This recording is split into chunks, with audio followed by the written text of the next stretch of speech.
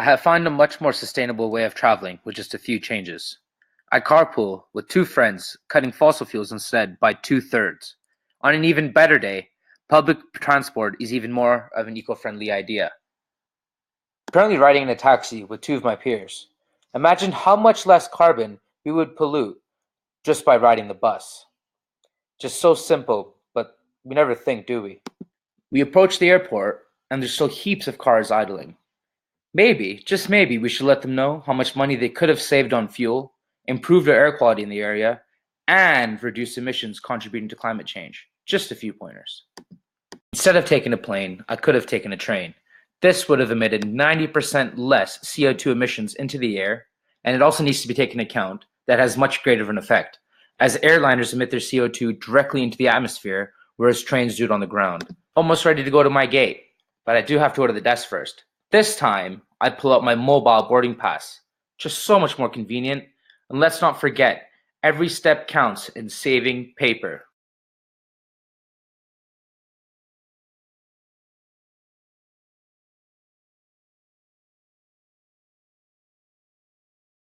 Alright, running late just like last time, I brushed my teeth at the airport.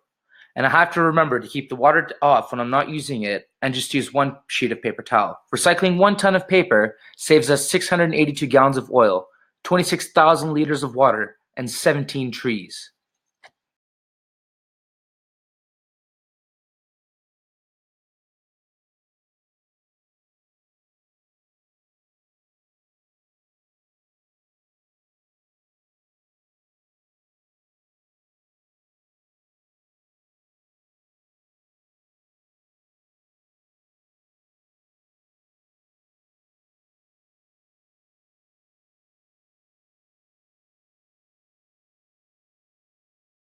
First being introduced in 2007 by Continental Airlines, mobile boarding passes are a thing of the future.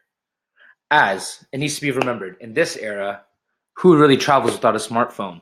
So, why carry extra paper? We can have it all in your phone. Now, since my company does love me, I cannot get away from this business class seat. But I do feel just a little less guilty as my 5 previous actions have helped save the earth a little bit more. Just maybe, I can convince my company to let me fly normal. Reducing greenhouse emissions is a joint venture. Both organizations and consumers need to make more conscious decisions when it comes to deciding the future of our planet. The choice is in their hands and in your hands. Another trend being talked about is rail electrification. An electric train will emit 30% less carbon per passenger per mile than a diesel train and will have no emissions at the point of use, something big cities need to take into account. It is well documented that diesel is massively expensive.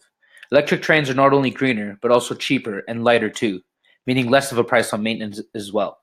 Electric trains will be the way of the future, and it's just a matter of time before cities catch up. Surprisingly enough, my journey from Geneva to Paris is actually shorter on train. I arrived to the hotel with my check-in details already on my mobile phone.